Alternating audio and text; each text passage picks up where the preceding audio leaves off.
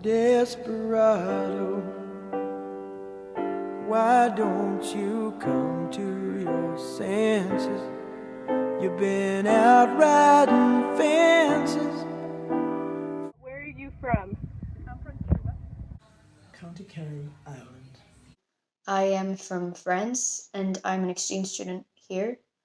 I'm originally from a city called Mississauga in Ontario. Originally was a suburb, it's now its own city. Since 1959. I've been living here like 2 years and 12 days. Ooh, to the day. I've been in America for 10 months.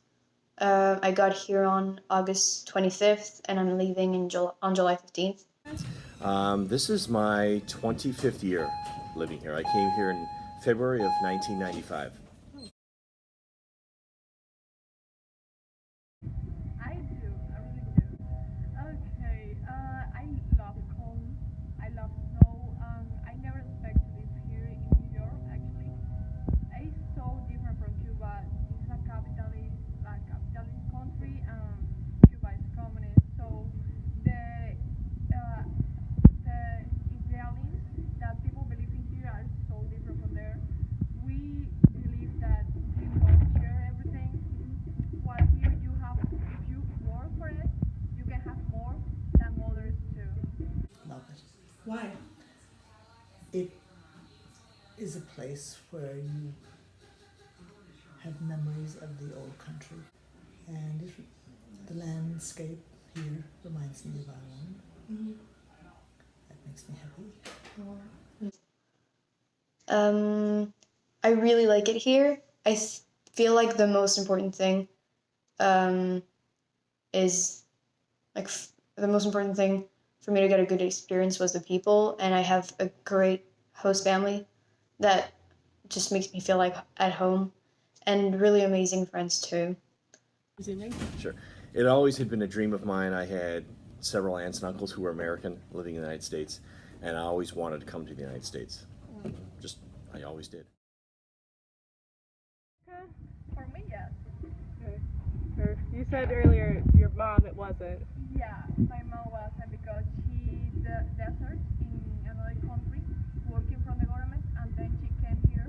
She was in prison in Amsterdam actually for 12 days while she was waiting for her American visa. And then she came here for a program that was the medical Cuban program. Back in 1959, we had to go to the American Embassy in Dublin. We went on the train, my mom and I.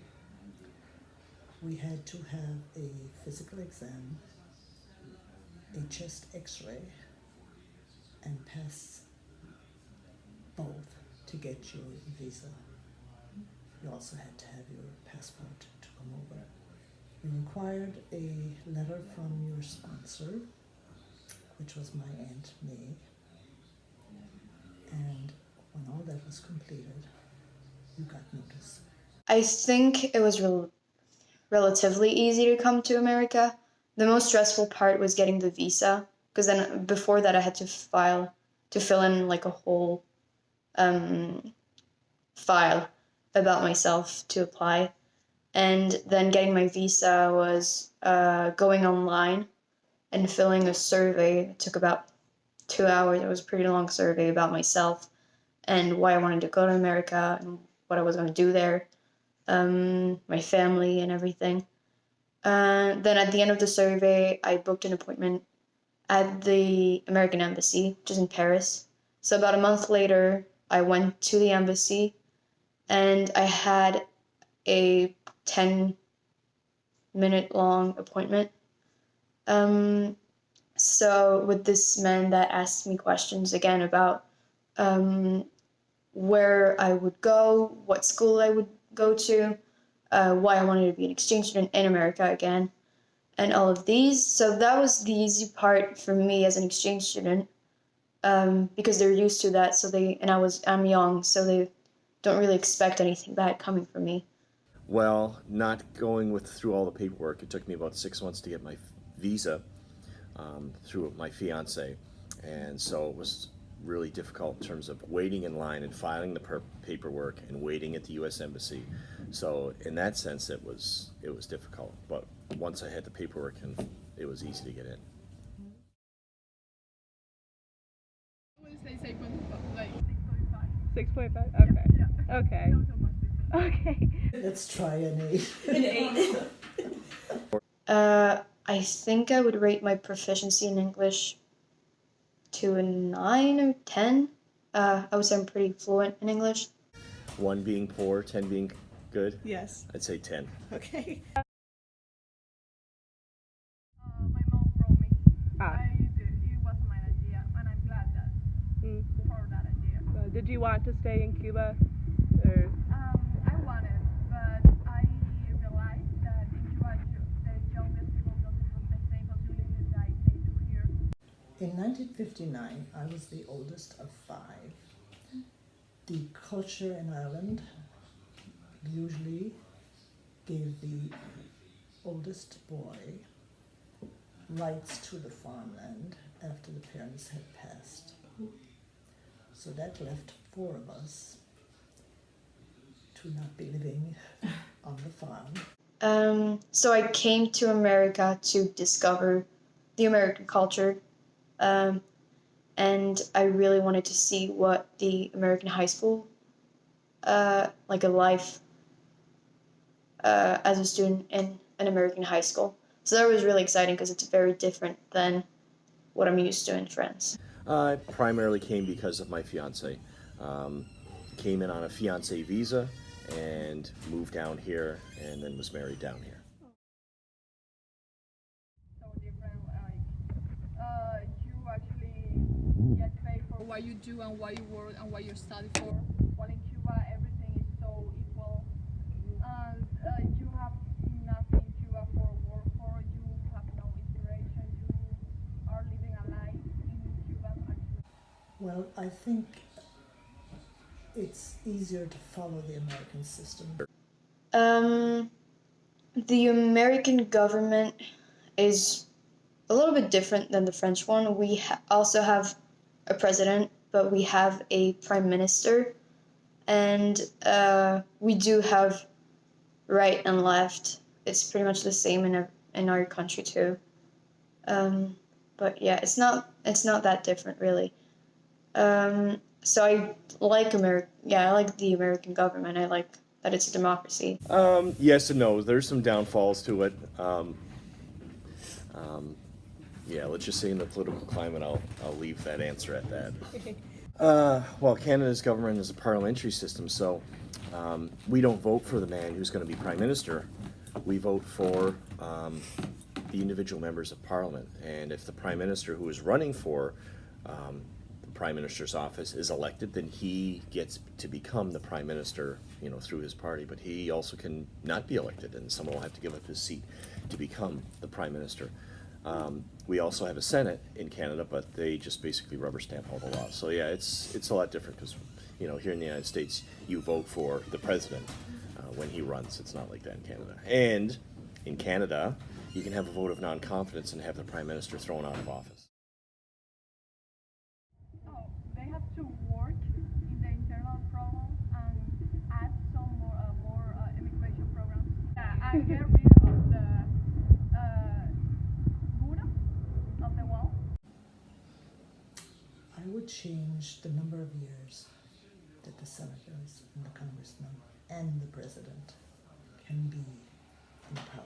The electoral colleges, I feel like everybody's voice should matter. So I think everybody's vote should matter.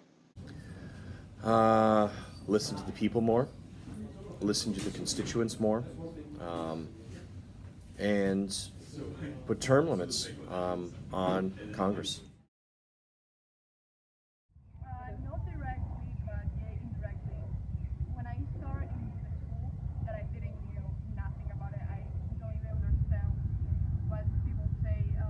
I felt that people come to me and they start to talk with me, and when they say that I didn't knew nothing or I didn't know how to communicate, they so I don't know that I was dumb and they should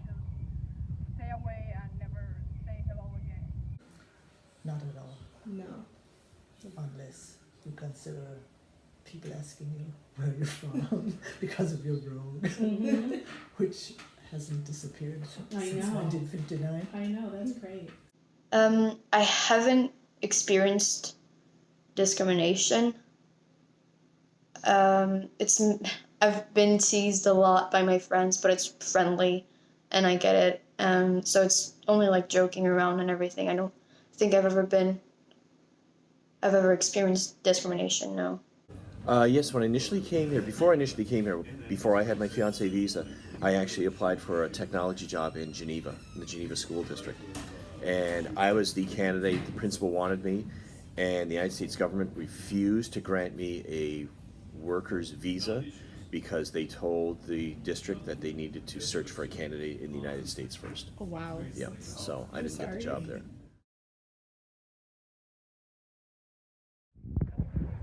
They should like take into account all the problems that they have in their natal country while they come, because everyone has to get a second chance for life. In the Irish culture, it had been going on for years, since the days of the famine. It was perfectly normal for most families to have a member or 2 or 3 or 4 immigrate. So it was like you grew up almost expecting to do it.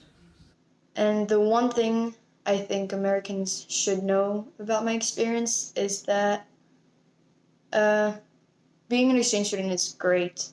It's experiencing a new culture and having a lot of challenges, like a new language and a new life.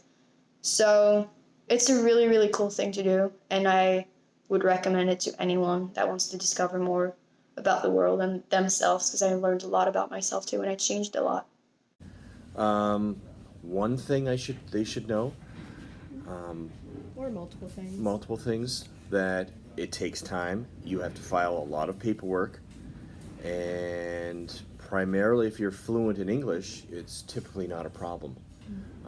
When I went through my immigration, my citizenship hearing in Buffalo, it was very difficult for a lot of people because English was their second language, it wasn't their first language. So, being proficient in English is very important, and filing all the paperwork in a timely manner, that's one thing we had to do. So are you pro-immigration reform? That's a little bonus question. Yes, to a certain extent. There's a lot of immigrants coming into this country from places that are so depressed and have autocratic governments that they really see this as the only place to escape to. And for instances like that, I think there really needs to be some kind of avenue for those people to get in the country a lot quicker than applying on a regular basis. So long now, oh, you're a hard one, but I know that you got your reasons.